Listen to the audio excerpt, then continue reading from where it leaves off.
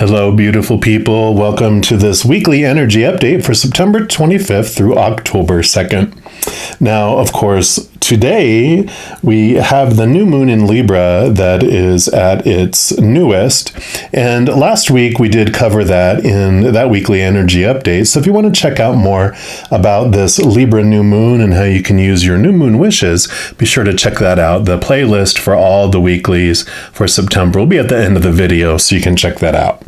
Now, at the end of this week on October 2nd, Mercury exits its retrograde. Yay! And we move into the post-shadow time, which is a time for us to review what did we learn about our communication and like how we want to be communicated to and how we communicate with others.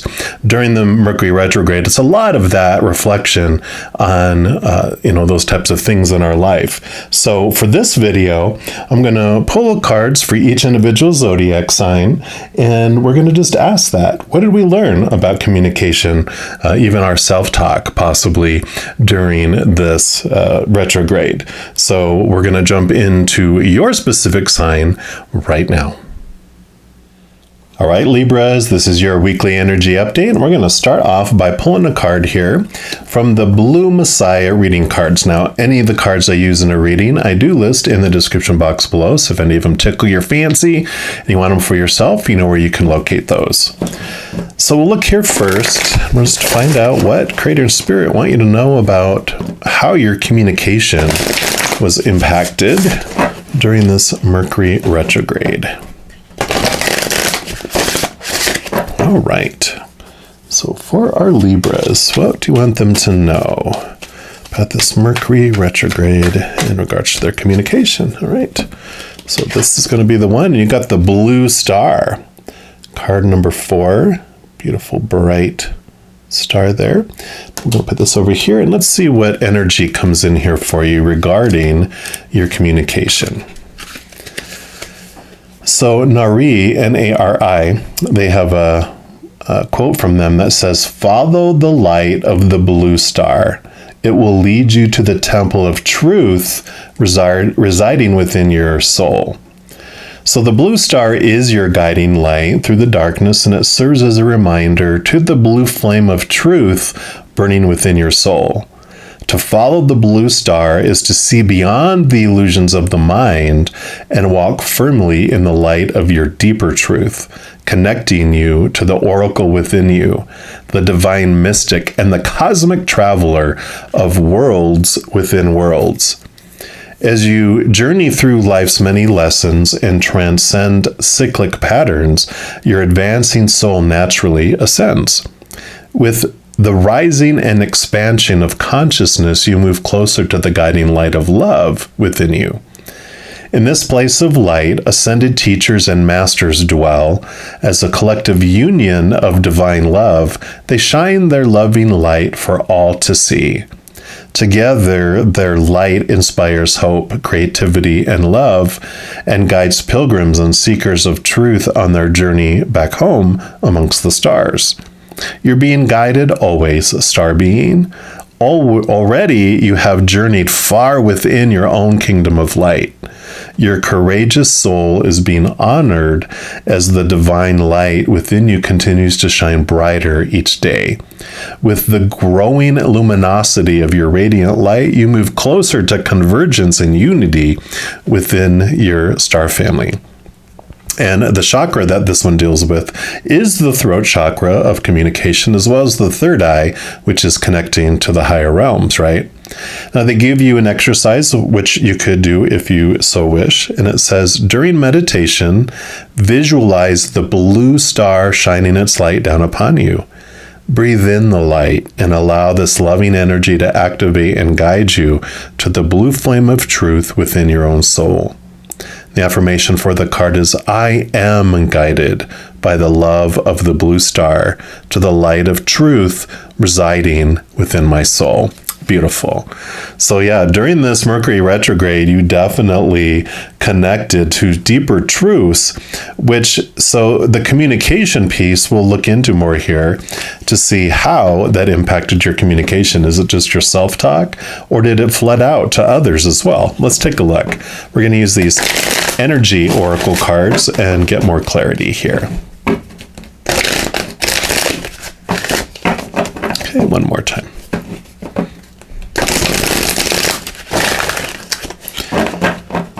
All right, so for our Libras, what else would you like them to know about this communication, please? Okay, they do want this one right here. So let's take a look. Yep, look, you got Angel of Love. So love, love, love, love, love coming in here. You got card number 49. So let's see how you express this love. Let's see what it tells us here. Just talk about tender connection. So this beautiful angel comes with roses in her hair and rose-colored wings. She holds a rose quartz heart radiating tender and loving vibrations, bringing you compassion and affection. If you're looking for new love, this angel brings a message of its upcoming approach. Or if you're longing for a deeper, more intimate connection with someone already in your life, she's here to say that far greater tenderness is available to you. Either way, remember that your first intention for tenderness must be directed inward, and the compassion that you demonstrate toward yourself will influence the energetic potential of these events in a significant way. So the angel of love is smiling on you and forging connections in their energetic realm. So it does say that you give this to you first, and then it does roll out to others. So it's like a cup, a chalice. You're filling up, and you fill up with that love for yourself, and then it overflows and impacts your other relationships. So that's what's been going on during this Mercury retrograde, which you still have until October 2nd. So you have the rest of this week coming up where this influences those types of things. We're also going to use the Naked Heart Tarot and see what else they would like you to know.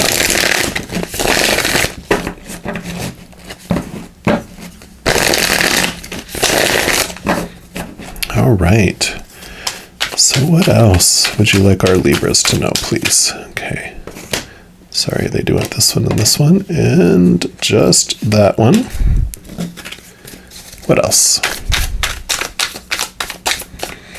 Okay, 1, 2, and 3, and 4. All right, let's get this cleaned up here real quick, and then we will start with this one down here. And so you got the Sky Father. So beautiful, beautiful, connecting to that beautiful creator love up there. You know, it is card number 4, which would be the Emperor in the Standard Tarot. But I love that they call this Sky Father because it's so much, it just feels so much more loving and open and more of a grandfather than like this ruler, this ruling king.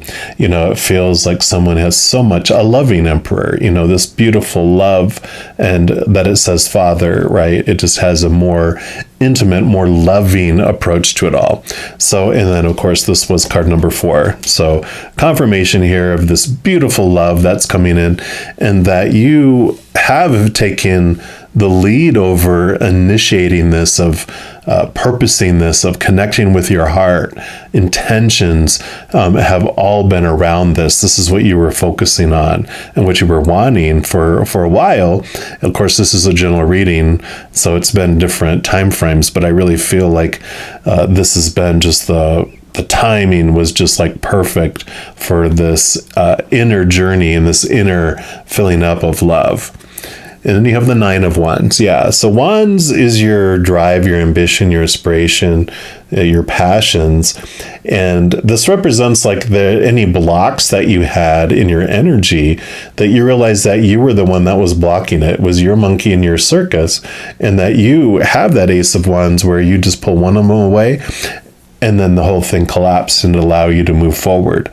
So I almost feel like it wasn't as difficult as you thought it might be, because once you realized it was in your hands, literally, you have one wand in your hands and you pulled it away, the blockage just kind of deteriorated and fell down, and you were able to move forward pretty freely.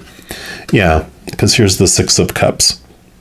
So you did have this change of emotion, this change of moving from one place in emotions to another. This is called the nostalgia card, and this is about doing reflection on past memories and emotional memories. And that when you're realizing that each moment is either of unconditional love of the higher realms or of the fear of losing conditional love of the human realms, that when you go back and look at a memory and you realize, well, it wasn't of unconditional love because it was, appeared to be a sucky kind of memory, right? And you realize, oh, that was a memory full of fear, both on my part and of the other people that were involved in it. Their actions, their words were not of unconditional love.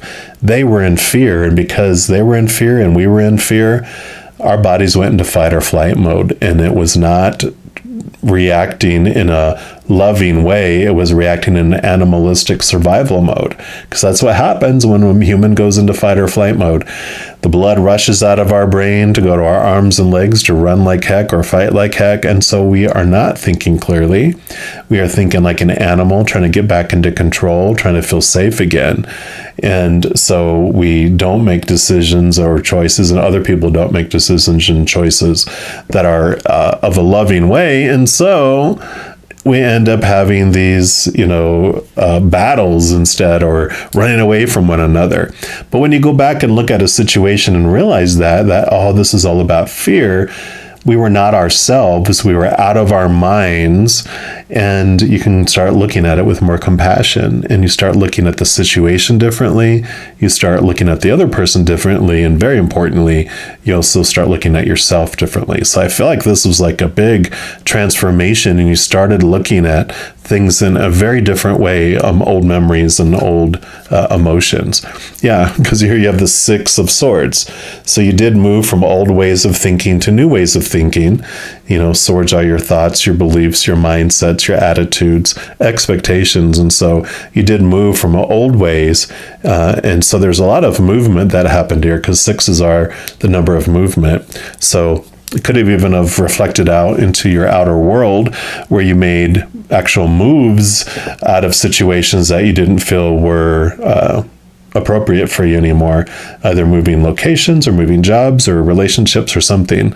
And it could be moving to a different level too, because you might have been like, you know what, we've been dating for 16 years and I'm ready for either marriage, or let's go different ways, because we've done everything we can at this level. And I kind of feel like it's that kind of let's do something different, and something new had happened as well. Yeah, and there you have the Ten of Pentacles. So this is all about abundant filling up within, and also overflowing out to the world. So you have felt this huge abundance during this period of time because of this connection, this beautiful opening up. And again, it's overflowing out to the world. And so not only are you feeling this, but other people have felt the benefit from it as well. Because the Nine of Pentacles is about you finding your worth and your wholeness within yourself. But the 10 is about sharing it with everyone else, because you have so much of it. You're just like, I just can't contain it. And so I love that. Then you have the Spirit of Swords, which would be the King of Swords in the Standard Tarot.